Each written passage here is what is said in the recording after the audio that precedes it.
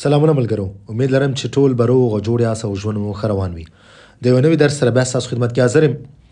ملګرو، په تیر شوي درس کې موږ verb ریګولیه باندې خبره کړې وه، یعنې په ریګولر وربس باندې خبره کړې وه او امید لرم چې تاسو زده کړئ.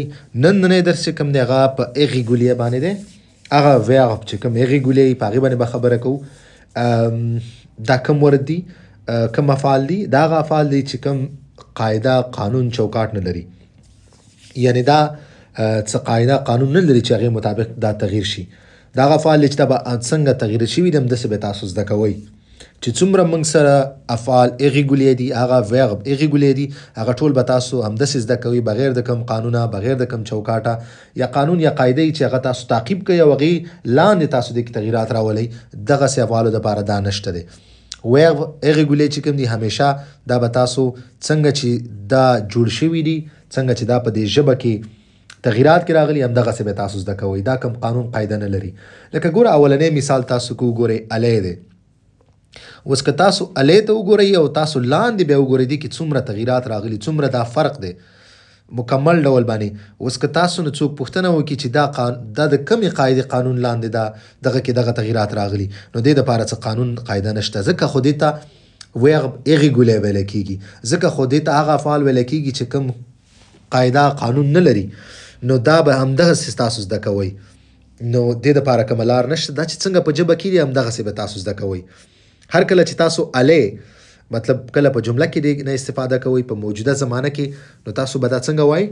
دغه یو څو مثاله ما تاسو ته د دې درکړي، د ټولو ضمیرونو سره ما دا راوړی دی. تاسو اولنۍ ته وګورئ je vais یعنې زه ځم. الی مطلب گو دی. که هر کله چې دا تاسو په جمله کې د ژ سره استعمالوئ نو بیا دا تغییرېږي څه دپاره؟ je vais. صحیح ده؟ یعنې زه ځم. صحیح ده؟ بل دا په ټینسونو کې موږ وایو، خو دلته تاسو سره دغې خبرې یادونه کوم چې په لکه څنګه چې موږ سره په انګلیسي کې په پریزنټ کې موجود زمانه کې دوه ټینس دي. مثال ساده پریزنټ ټینس دی او بل دا دی چې جاري پریزنټ کانټینیوس ټینس، یعنې یو کار اوس کېږي او یو کار هره ورځ کېږي. صحیح دی؟ نو په فرانسوي ژبه کې موږ سره دې دپاره صرف یو ټینس دی او هغه هم دغه دي. لکه څنګه چې je vais ما راوړی دی. je vais په دې معنی ده چې دا دواړه معنی ورکوي. که یو کار اوس ته روان یم، دا اوس روانې په لاره باندې، او که نه ته هره ورځ یو کار کې، هره ورځ یو ځای ته. نو په فرانسوي کې موږ سره بیا زمانه جاري نشته دی. صحیح ده؟ دواړو دپاره هم دغه یو موجوده زمانه دې نه استفاده کېږي. نو دا چې کله تاسو ټینسونه شروع شو، بیا زه تاسو ته بیا هم دا تفصیلي تشریح کوم، تاسو ته وایم. اوس راځو همدغه verb ایریګولې ته چې کوم هغه افعال چې کوم قاعده قانون لري، irregular verbs. نو دغسې الی اولنی موږ سره مثال و je vais، tu vas. صحیح دی؟ tu vas. il va، elle va. on va. nous allons، vous allez. ils vont. صحیح دی؟ دغسې ils vont، elles vont. il اس سره چې کوم راغلی دا د il جمع دی.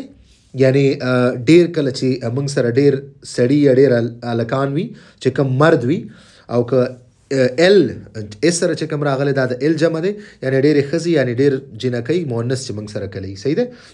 نو که تاسو ته وګورئ، ګوره الی کې داسې کوم دې دپاره که تاسو موږ سره نور کوم هغه افعال چې کوم ایریګولې دي هغه راځي، نو دا کوم قاعده قانون نه لري. دا چې څنګه یي همدغسې به تاسو زده کوئ. کم ورب چې څنګه تغییر شوی په دې ژبه کې څنګه یې همدغسې به تاسو زده کوئ.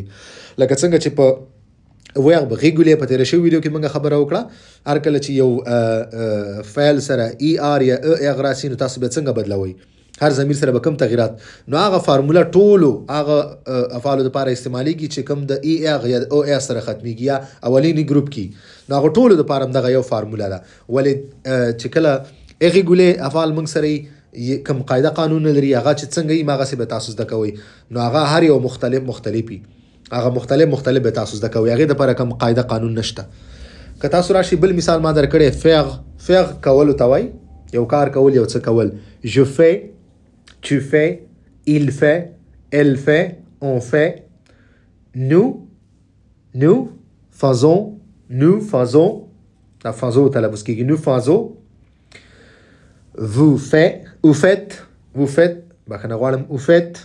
بیا il او elle جمع چې کوم دی، ils font، elles font. زه یو ځلې بیا faire تکراروم. je fais، tu fais, il fait, elle fait, on fait, nous faisons, vous faites, il y a, elles font. اوس دا دواړه ورب ایریګولر دي. تاسو ګورئ دواړه مختلف دي کې تغیرات راغلي دي. څه قانون نشته دی. یو ځای کې د ژ سره یو څه راغلي، بل ځای کې بل څه راغلي، دلته یو ځل د ایل سره یو څه راغلي، داسې نو سره، داسې وو سره. نو دا چې څنګه دي همداسې به تاسو زده کوئ. هر کله چې موږ سره ورب ایریګولر نو هغه بیا قاعده قانون نه لري، هغه هماغسې به تاسو تغیروئ. نو دا و هغه فعل چې کوم قاعده قانون نه لري موږ سره هغه ایریګولر، او دا به همداسې څنګه په کتابونو کې څنګه په ژبه کې هماغسې به تاسو زده کوئ. هغه کوم قانون لاندې هغې کې تاسو تغیرات نشئ راوړی چې زه تاسو ته فارموله درکړم چې دغه فارموله ورته تاسو استفاده کوئ او دغه تغیرات به تاسو راوړئ. نه، دې دپاره نشته.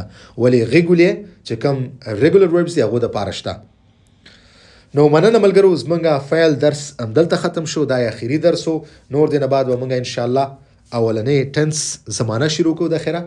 اوس به تاسو په فعل باندې مکمل ډول باندې پوه شوي، په 3 ګروپونو باندې پوه شوي، په دغه 2 قسمونو به پوه شوي. تاسو به ډېر افعال زده کړي انشاءالله. زه امید لرم چې تاسو به اماده یئ چې موږ تاسو ټنسونه شروع کړو، زمانې شروع کړو.